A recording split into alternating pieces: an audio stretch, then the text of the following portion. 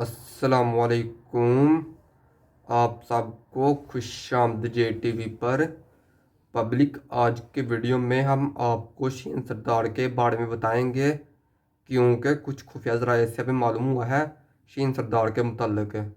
तो क्या शीन सरदार का सर उड़ान बेकलम करेंगे या फिर शीन सरदार फिर से उड़ान बेकसार हो जाएंगे। इसके साथ साथ महमूद बे ने जो राजा हिसार पर हमला किया, मसर कब्जा किया है, क्या ये तरीकी कब्जा है या फिर ये एक ऑफिशियल कब्जा है। और साथ में मेन टॉपिक कासम बे का रहेगा कि क्या इस किस्त में कासम बे की शहादत हो जाएगी या फिर नहीं। कासम जो कि उरहान बे का शहजादा है और बड़ा बेटा है, तो क्या उरहान बे के बड़े बेटे कासम की शहादत हो जाएगी या फिर नहीं। आज की वीडियो में हम आपको ये सब बातें बताएंगे। तो ये सब जानने के लिए वीडियो तक लाजमी देखिएगा। वीडियो शुरू करने से पहले अगर अभी तक किसी ने हमारे चैनल को सब्सक्राइब नहीं कर दो और साथ में एक प्यारा सा कमेंट भी कर दो। पब्लिक, सबसे पहले मैं आपको शीन सरदार के बारे में बताता चलूँ कि शीन सरदार अभी इतनी जल्दी कुर्डुस्तान सीरीज को अलविदा नहीं कहेंगे। मसलन 3-4 किस्तें ये और कुर्डुस्तान सीरीज में काम करेंगे। जबकि शीन सरदार ने पहले तो बुरसा में पूरी तरह कब्जा कर लिया और बुरसा को पूरी तरह अपने कब्जे में ले लिया। जब शीन सरदार ने बुरसा को अब पूरी तरह अपने कब्जे में ले लिया, तो शीन मुराबे की फैमिली को भी गिरफ्तार कर लिया। वो इसलिए किया ताकि वो बगावत ना करें और वो सिपाहियों को मेरे खिलाफ जाने पर मजबूर ना करें।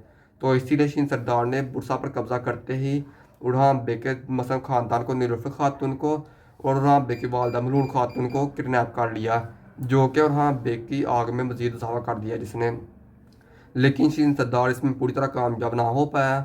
शीन उड़ान बे ने मसलन बुरसा पर हमला किया और बुरसा पर हमला करके बुरसा वापस ले लिया।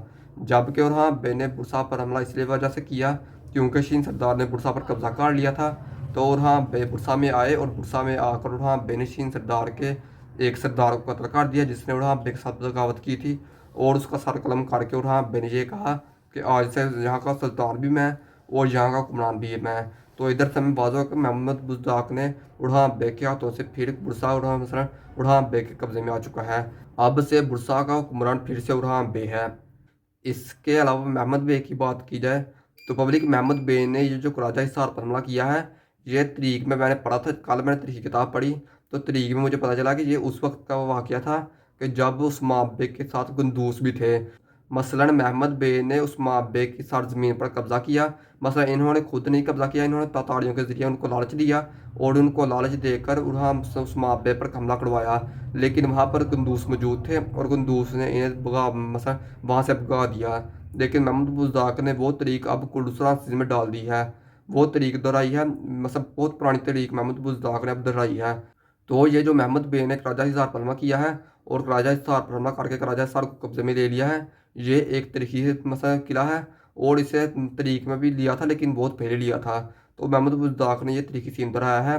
लेकिन मसलन पता नहीं महमूद बुज़दाक कुर्डुस्तान सीरीज़ में क्या करेंगे। क्या ये हमेशा के लिए महमूद के पास रहेगा या फिर हाँ बे इनसे छीन लेंगे। मुझे तो जहाँ तक लगता है कि अलाउद्दीन छीनेंगे इनसे, जबकि अलाउद्दीन का और इनका बहुत आपस में चलता रहता है।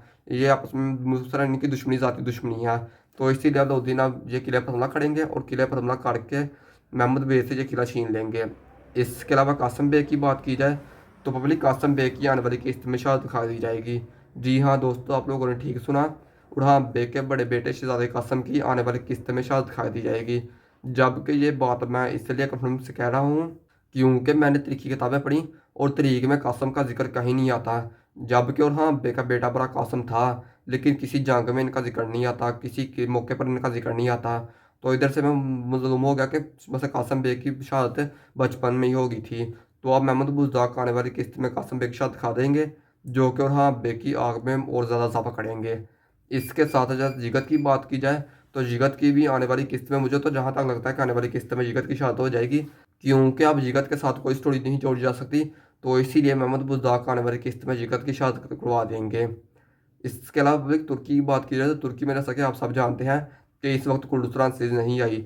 लेकिन कुर्डुस्तान सीरीज़ के फ़ैन मसलन जो कि फातिमा को और फ्लाविस को पसंद कर रहे हैं, उन्होंने 16,000 कमेंट किए।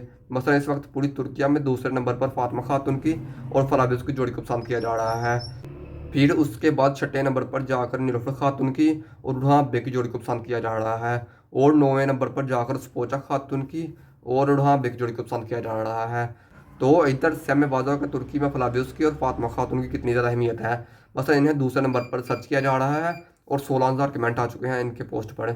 इसके अलावा दुश्मनी की बात की जाए, दुश्मनी के रूप में भी फलाबियोस को इस वक्त सबसे टॉप पर रखा जा रहा है। जबकि फलाबियोस दुश्मनी के भी मामले में दूसरे नंबर पर आ रहे हैं, लेकिन वहाँ वहाँ पर ही छठे नंबर पर आ रहे हैं।